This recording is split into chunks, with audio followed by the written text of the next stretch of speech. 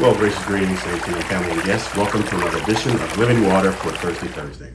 We've been talking about stubborn, and today I just want to add a little bit more meat to the bone for you to contemplate, for you to marinate over, and just kind of investigate within yourself where you measure up when it comes to this word stubborn. And so, last week we talked about it actually being a sinful act that we commit.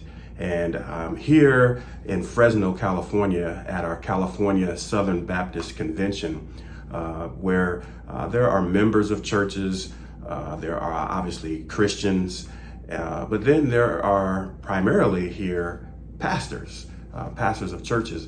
And, just listening to people and things that are going on, it really hit me that stubborn is no respecter of persons, meaning any one of us at any given time can be stubborn in our own way. And if you remember the passage that we looked at last week, it came from Deuteronomy, the 21st chapter, and I have it here as well in that 18th verse. And it simply says, if a man have a stubborn and rebellious son, which will not obey the voice of his father or the voice of his mother. And then we remember it goes on and talks about how that parent should deal with their child. And we know it went all the way to the point of the child was killed, literally. But the part that was hitting me is a few words. And I wanted to just point out 6 words and see how they resonate with you. Because the text says, will not obey. That son will not obey. So I wonder if stubbornness is somehow connected to the word. Have your parents or someone in your life ever told you to never say the word can't? Yeah, oftentimes believers, non-believers, professionals, non-professionals, students, educators, whatever the case, they will get pushed into a place where they will actually say, I can't do that. Wow.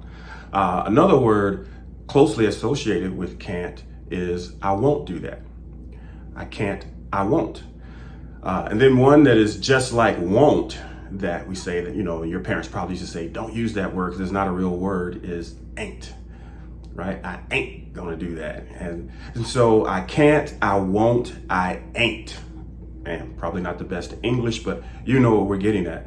And do we use those terms from a stubborn place? Or are we saying something different? When we say I can't, when we say I won't, when we say I ain't, are we trying to express that it is beyond our ability? Are we trying to say that it's beyond our capacity? I would venture to say most times what we're really expressing from a stubborn place is that it is beyond our viability. Yeah, so when we say I can't, when we say I won't, and we say I ain't, it isn't necessarily saying in that moment I don't have the ability.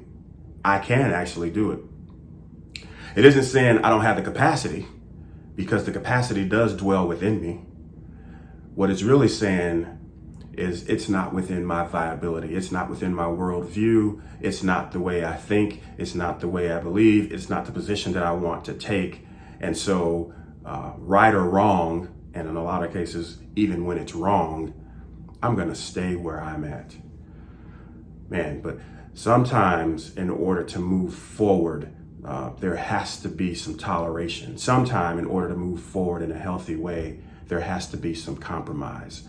Sometimes to move forward, we have to stretch our worldview. Sometime to move forward, we got to move away from the can't and the won't and the ain't. And know, especially as believers, God surely will give us the ability. No doubt he will give us the capacity.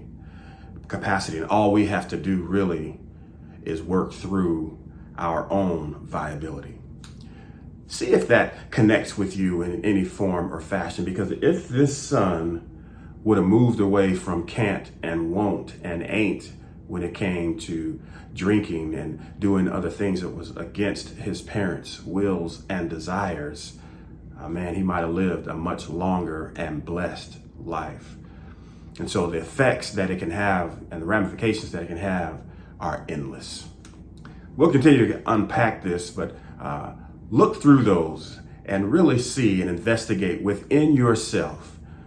There are a lot more things that you can do, that you said you won't do, and that you ain't gonna do.